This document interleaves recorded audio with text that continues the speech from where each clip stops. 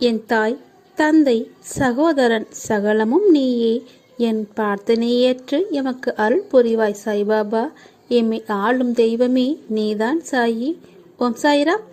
ஜெய் சாய்ராம். என் அன்பு குழந்தையே, உன்னுடைய பாதைகள் தெளிவாகும் காலம் வந்துவிட்டது. பணிகள் படர்ந்து இருள் சூழ்ந்த கஷ்டங்கள் எல்லாம் விலகி போகும். உன் மனம் நொந்து போன விஷயங்கள் எல்லாம் இப்போது உன் மனம் மகிழ்ச்சி அடையும் அளவிற்கு இனிமேல் ஒவ்வொன்றாக நிகழப்போகிறது. நீ மகிழ்ச்சியை எதிர்நோக்கி காத்திருக்கும் தருவாயில் என்ன இது கப்பல் கவிழ்ந்ததை போல சோர்ந்து விட்டாய்? இந்த சோதனை, தடை, தோல்வி, கடன் இவையெல்லாம் உனது வாழ்க்கை பயணத்தை முடக்கிவிடக்கூடிய செயலா என்ன? இன்று மண்டையை பீத்து எடுக்கும் விஷயம் இன்றோ நாளையோ கடந்து போகும்.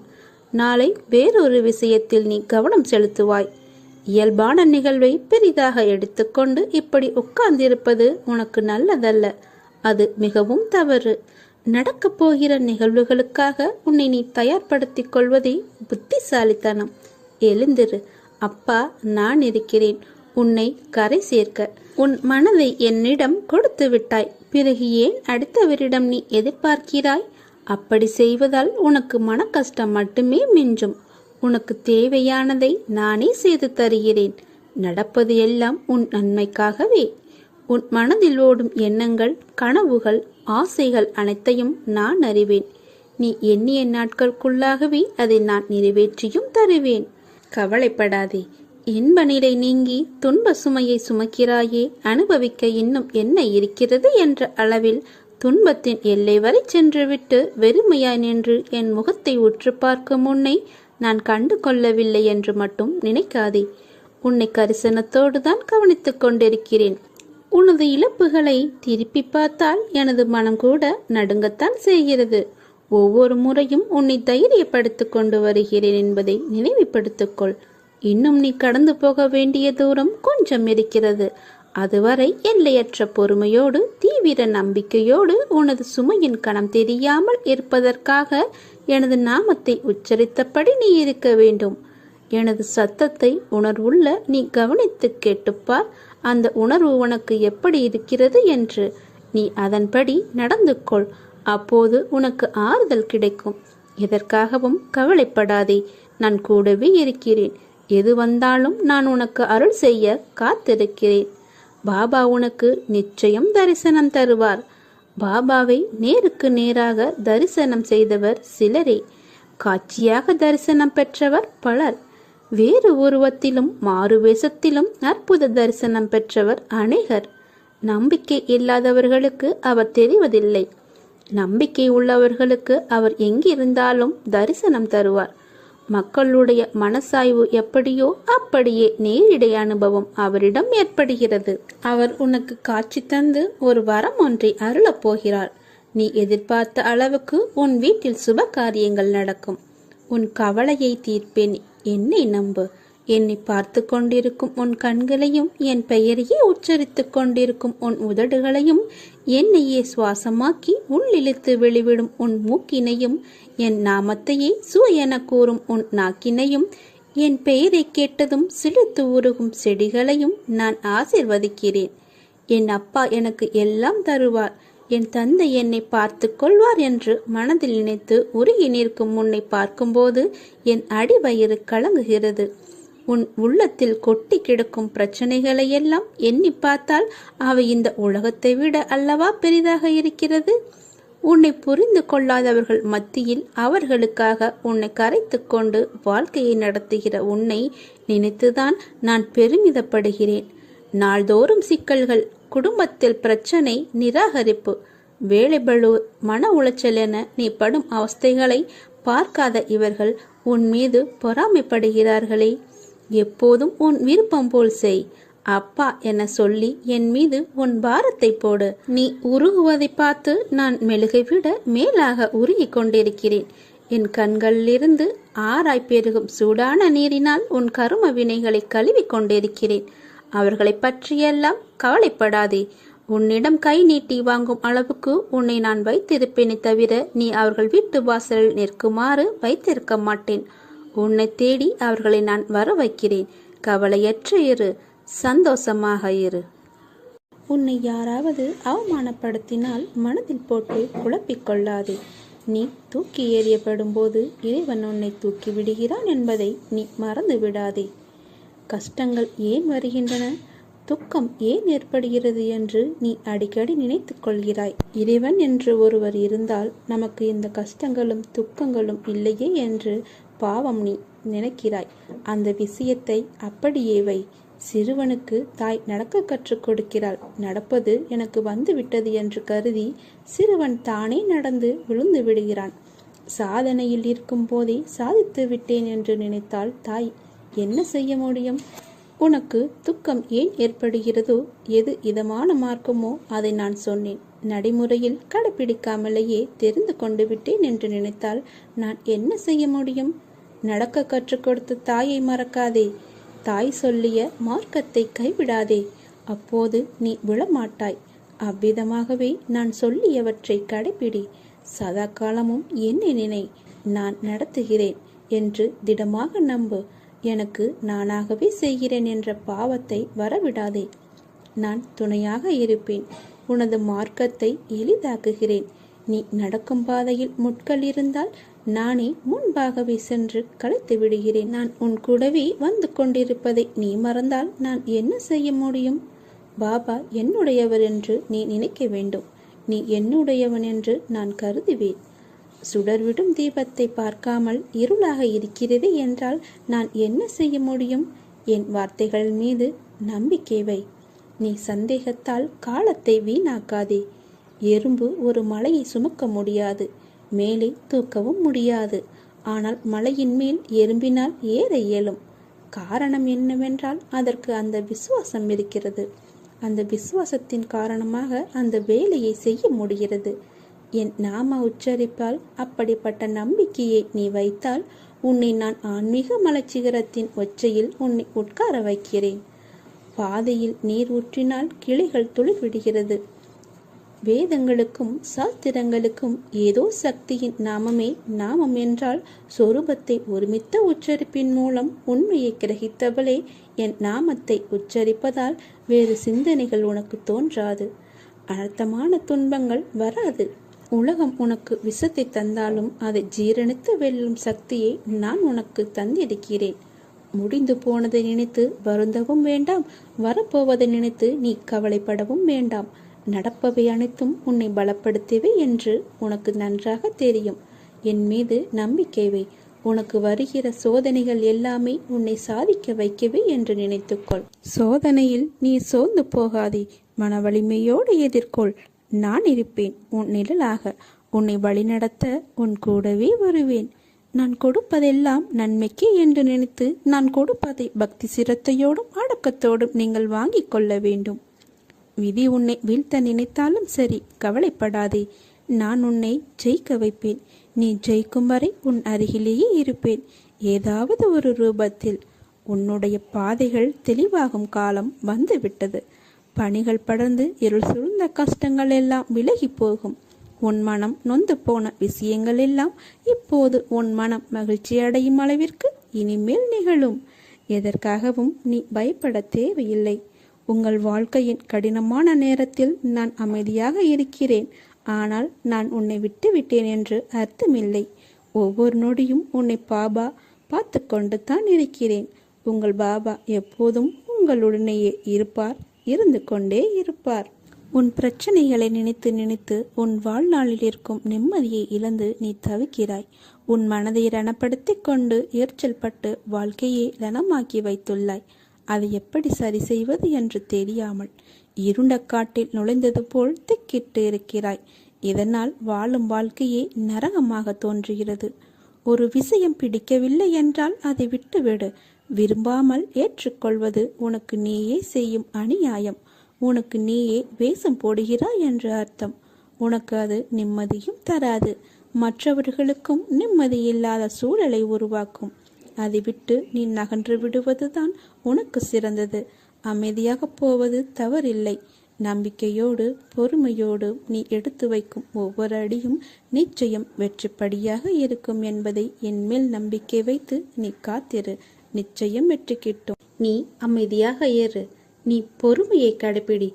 கவலையை விட்டொழி. உனது துக்க நாட்கள் முடிந்து போயின. உனக்கு நல்லது நடக்கத்தான் போகிறது. அது விரைவில் நடந்தே தீரும். உங்கள் கோரிக்கைகள் எதுவானாலும் கண்டிப்பாக நிறைவேறும். கர்ம வினைகள் எவ்வளவு பலமாக இருந்தாலும் அது கன நேரத்தில் நசிந்துவிடும். என் அனுக்கிரகம் உங்களுக்கு நிரந்தரமாக இருக்கிறது. நீ தேடிச் சென்ற காலம் போய் அனைத்தும் உன்னை தேடி தானாக வெகு சில நாட்களில் வந்து உன் வாசல் கதவை தட்டும். இது உன் தந்தையின் ஆசீர்வாதம், உத்தரவு, அன்பு கட்டளை மற்றும் சுப வாக்கு. எனது இந்த வார்த்தையை நம்பு. மனம் புண்ணாகி போனது என வருந்தாதே. என் மென்மையான கரங்களால் உன்னை வருடிக்கொண்டு உன் பக்கத்தில்தான் நான் உனக்காக இருக்கிறேன்.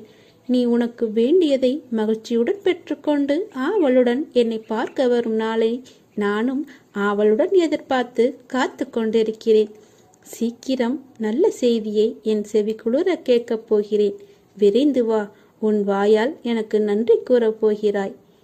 உன் வாழ்க்கையில் துன்பத்தையும் கஷ்டங்களையும் அதிகமாக சந்திக்கிறாய். அவமானங்களை எதிர்கொள்கிறாய் என்றால் வாழ்வில் நீ முன்னேற்றம் என்ற அடுத்த கட்டத்திற்கு உன் பயணம் நுழைந்துவிட்டது. புதியதாய் இருக்கும் விஷயங்கள் முதலில் புதிராக இருக்கும், புரியாது. புரியவில்லை என்றால் பாதை கடினமாகத்தான் தெரியும். சுலபமாய் பயணிக்க அது நீ முதலில் எப்படிப்பட்ட பயணமாய் இருக்கும் என்று நீ உனக்கே புரிய வைக்க வேண்டும். உன் மனம் என்பது உனக்குள்ளே இருக்கும் எதிரி. உன்னை தடுமாற வைக்கும். நல்லது கெட்டது என இருமுகமாய் உன்னுள் உன்னையே குழப்பி துயரம் என்ற சேற்றில் எதிர்மறை எண்ணங்களால் உன்னை தள்ளிவிடும். நீ வெளியில் போராடுவதை விட 100 மடங்கு உன்னிடம் உன் மனம், உன் எண்ணங்கள் இவற்றுடன் நீ போராட வேண்டும். உன் சிந்தனைகளும் எண்ணங்களும் நேர்மறையாக இருக்க வேண்டும். அதற்கு நல்லது கெட்டது என இரண்டையும் நீ சந்திக்க வேண்டும். அதுதான் இப்போது நீ போராடும் நல்லதுக்கும் கெட்டதுக்கும் இடையிலிருந்து நீ மீண்டு வருவது. நீ மீண்டு வருவாய். எல்லா எதிர்மறை சூழலில் இருந்தும் நீ ஜெயிப்பாய். நிச்சயம் ஜெயிப்பாய். நீ எதற்கும் பயப்படாதே, கலங்காதே. உன்னில் நான் நிச்சயம் வெற்றி என்ற தீபத்தை ஏற்றிவிட்டேன். அது மிக விரைவில் உன் கைகளில் வந்து சேரும். நீ உன்னில் பார்க்கும் அனைத்துமாய் உனக்கு நான் இருக்கிறேன். உன் பக்தியின் தூய்மை, உன் நம்பிக்கை, உன் பொறுமை, எதையும் எதிர்நோக்கி தாங்கும் உணர்வு எவ்வளவு உன்னதமானது என்பதை நான் அறிவேன். என் பரிபூர்ண அருள் முழுவதையும் உனக்கு நான் கொடுத்து விட்டேன். நானே கதி என்று இருக்கும் உன்னை நான் எப்படி விடுவேன்? சிறிது காலத்தில் நீ எதிர்பார்த்தது, நீ என்னிடம் கேட்டது உனக்கு வந்து சேரும். கவலைப்படாதே. நிச்சயமாக உன்னை கரை சேர்ப்பேன். உனக்கானது உன்னை மட்டுமே வந்தடையும். உனக்கு எது வேண்டுமானாலும் என்னிடம் கேள். வேண்டியும் தரவில்லை என்றால் அதை நீ புரிந்து கொள். அது உனக்கான அல்லதென்று. என் குழந்தையின் நலன் ஒன்றே என்னுடைய குறிக்கோள். அதனை மட்டுமே நான் அளிப்பேன். உனக்கு தள்ளி போகின்ற விஷயம் என்றால் அதை நான் தரவே மாட்டேன். அதில் ஏதோ தீங்கி இருக்கிறது என்று அர்த்தம். நான் இப்போது உனக்கு தரப்போவது அதில் உனக்கு அதிக நன்மை இருப்பதால் மட்டுமே நான் அதை உனக்கு தரப்போகிறேன். இன்னும் சில தினங்களில் அது உன் கைகளில் கிடைக்கும். நாம் பாவங்களை சுத்தப்படுத்தி நம்மை தூய்மைப்படுத்தவே நான் இருக்கிறேன் என்பதை நீ உணர்ந்து கொள். புதிதாக பிறந்த குழந்தை கடவுளின் தூய உருவம் போல் இருக்கும். அவரது இதயம் அமைதியாக இருக்கும். வயது ஆக ஆக அவனது மனம் கோபம், காமம் போன்ற குணங்களால் அது மாசுபடும். பிறகு பக்தியோடு சேர்ந்து அவனுடைய கெட்ட குணங்களை அறிந்து அவற்றை திருத்தும்படி கடவுளிடம் நாம் மன்றாட வேண்டும். கருணையுள்ள கடவுள் ஒரு பரிபூர்ண குருவின் வடிவில் அந்த அசுத்தங்கள் அனைத்தையும் அவரே சுத்தப்படுத்தி விடுவார். அதனால் ஏற்படும் பாவங்கள் நம்மை மீண்டும் தூய்மையாக்கும். அத்தகைய நம்பிக்கை கொண்ட பக்தர்கள் தூய்மையடைந்து பண்பில் உன்னதமானவர்களாக மாறுவார்கள். சாதாரண மக்கள் மட்டுமல்ல, அவர்கள் தவறு செய்வது சகஜம்தான். ஆனால் சிலர் தங்கள் வாழ்க்கையை பாவச்சேற்றாக மாற்றிக்கொள்வார்கள். பாபா பாவங்களில் திளைத்தவர்களை பார்த்து இரக்கப்பட்டு கங்கை நதியின் தூய்மையான தூய நீரை போன்ற தம்முடைய வார்த்தைகளால் பாவங்களை கழுவுவார். மேலும் அவர்களின் மனதில் அனைத்து தீய எண்ணங்கள், கோபம் மற்றும் பற்றுதல்கள் நீக்குவதை அவரே உறுதி செய்வார். நாம் அறியாமலோ அல்லது தெரியாமலோ ஒவ்வொரு நாளும் நாம் தவறு செய்கிறோம். எனவே நாம் தொடர்ந்து பாபாவின் நாமத்தை ஜபித்து கங்கை நீரின் பக்தி நீரோட்டத்தில் நம் மனதை திளைக்கச் செய்ய வேண்டும். நமது பிரார்த்தனைகளின் விளைவாக இரக்கமுள்ள கடவுள் நம் இதயங்களையும் எண்ணங்களையும் நடத்தைகளையும் வார்த்தைகளையும் அவரே தூய்மைப்படுத்துவார். அவர் உங்கள் அருகிலேதான் இருக்கிறார். அவருடைய ஆதரவு முழுவதும் உங்களுக்கு உண்டு. அவரை நம்பி நீ இறங்கு, உனக்கு வெற்றி உறுதி. நம்முடைய கைகளால் அவருக்கு நாம் ஒரு சேவையும் செய்தோமா? இல்லை. ஆயினும் அவர் நமக்கு பெருங்கருணை காட்டுகிறார். எனவே அவருடைய அருகிலேயே இருந்து அவரின் மீதான பக்தியிலேயே எப்பொழுதும் மூழ்கி இருக்கும் பாக்கியத்தை கொடுக்கச் சொல்லி அவர் பாதங்களில் நீங்கள் பணியுங்கள். அவர் எல்லாவற்றையும் சாதகமாக உங்களுக்கு மாற்றி தருவார். நீயே எல்லாம் உன் தலையில் வைத்து கொண்டு இருக்கிறாய். ஏன் உன் அப்பா நான் உன் வழிகளை தாங்க மாட்டேனா? நீ அழும்போது என் மனம் துடிக்கின்ற துடிப்பாய் என்னால் வார்த்தைகளால் சொல்ல முடியவில்லை. நல்லவர்கள் என்றும் தோற்பதில்லை. என்னை நம்பியவர்களை நான் என்றும் கைவிடுவதில்லை. உனக்கான நற்பலன் நிச்சயம் உன்னை வந்து சேரும். உனக்கு கவசமாய் நான் இருக்கிறேன். இன்னும் உன் நிலை இறங்கினாலும் சாயிருக்கிறார் என்று இருக்கிறாயே, உன்னை எப்படி கைவிடுவேன்? நீ பார்த்து கொண்டே இரு. உனக்கு கஷ்டங்களை உருவாக்கியவர்கள் கண் பார்க்க உன்னை கோபுரத்தின் உச்சியில் அமர வைக்கப் போகிறேன். நேற்று நடந்ததையெல்லாம் மறந்துவிட்டு இன்று நடப்பதில் மட்டும் உன் கவனம் செலுத்தினால் நாளை நடப்பதும் நன்றாகவே இருக்கும். உனக்கு சீக்கிரமே நல்ல வழி பிறக்கும். என்னிடம் முழு மனதோடு கேள். என்னிடம் உள்ள அனைத்தையும் நான் உனக்கு தருவேன். சோதனைகள் உனக்கு போதிக்கவே என்பதை தெரிந்து கொள். இழந்தது அனைத்தும் உன் இலக்கை நோக்கி நகர்ந்து வந்து கொண்டிருக்கிறது. என் வார்த்தைகளின் மீது நம்பிக்கை வை. நீங்கள் இல்லையெனில் நாங்கள் இல்லை. நாங்கள் நிற்பதும் நடப்பதும் உண்ணுவதும் உறங்குவதும் சிரிப்பதும் அழுவதும் வெற்றியும் தோல்வியும் இன்றும் நாளையும் எல்லாமே உன்னாலேயே பாபா என்று அவரிடம் போய் நீங்கள் சரணடைந்து விடுங்கள். நம்பினால் நம்பு. உனது அனைத்து இக்கட்டான சூழ்நிலைகளிலிருந்து உன்னை காப்பவர் அவரே என்று உனக்கே புரியும். அவரோடது கடமையாக அதை ஏற்றுக்கொள்வார். அவர் வார்த்தை மீது நம்பிக்கை வை. உனக்கான அடையாளத்தை உலகம் உணரும் வரை உன்னை சுற்றி வரும் விமர்சனம் ஒவ்வொன்றும் உனக்கு எதிராகத்தான் இருக்கும். அவற்றை எண்ணி நீ வருந்தினால் வருந்தி கொண்டே தான் இருக்க வேண்டும். விமர்சனங்கள் மீது ஏறி மிதித்து நிமிர்ந்து செல். காலம் மாறும். முயற்சி கை கொடுக்கும். கனவு நனவாகும். உலகம் உன்னை உணரும். பயப்படாதே. நான் உனக்கு துணை நிற்கிறேன். நான் உன்னை என்றும் கைவிடவே மாட்டேன். 2 வயது ஆவதற்குள் நாம் பேச கற்றுக்கொள்கிறோம். ஆனால் எத்தனை வயதானாலும் நாம் எப்படி பேச வேண்டும் என்பதை நாம் கற்றுக்கொள்வதே இல்லை. நன்றி மறந்தவர்களை எண்ணி நீ நிம்மதி இழக்காதே. உன் உதவியை மனிதர்கள் மறந்து போகலாம், ஆனால் தெய்வம் மறக்கவில்லை. பிரதிபலனை எதிர்பார்க்காமல் செய்கின்ற கடமை இறைவனை நெருங்குவதற்கான வழி என்பதை நீ உணர்ந்து பொறுமையும் நம்பிக்கையும் இருந்தால் நம் வாழ்க்கையில் எல்லாம் நன்மை தேடி வரும் என்பதை நீ உணர்ந்து கொள். இன்று நீ இந்த சாயப்பாவிடம் வேண்டியது நிச்சயம் நிறைவேறும். இப்போது நீ மன அமைதியாக நிம்மதியாக இரு. உன் வாழ்வில் அற்புதங்கள் நிகழப்போகிறது. என் கைகள் பிடித்து என் வேத வாக்கு ஒன்றே உன் வாழ்வு என்று வாழும் என் அன்பு கண்மணி குழந்தைக்கு உன் வாழ்வின் அனைத்து நிகழ்வுகளையும் நான் உனக்காக செதுக்கி அதில் உன்னை அனைவரும் இயக்கும் வண்ணம் வாழ வைப்பேன். இது நான் எனக்கு எடுத்திருக்கும் சத்திய வாக்கு சபதம். அதில் நிச்சயம் உன்னை உயர்த்தி அழகு பார்ப்பதே என்னுடைய முழு சபதமாக இருக்கிறது. நிச்சயம் நீ முன்னேறுவாய். கவலையின்றி சந்தோஷமாக இரு. உன் அப்பா நான் இருக்கிறேன்.